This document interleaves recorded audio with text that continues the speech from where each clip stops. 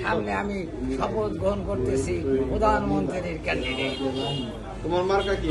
আমার মার্কা দুইতে, আমি আগে দুইতে রেখেছি, তারপরে হলুদ মালা পরে দেবি। তুমি প্রধানমন্ত্রী হলে দেশের কি কি উন্নয়ন করবে? আমি প্রধানমন্ত্রী হওয়ার সাথে সাথেই পলিথিন ফ্যাক্টরি বাতিল, কবরেশ্বর 6 বর্ষ বকরির নবী খেতে ফেলাও, নবিয়াতি বিলায়াতি আইন করিয়ে দেবো।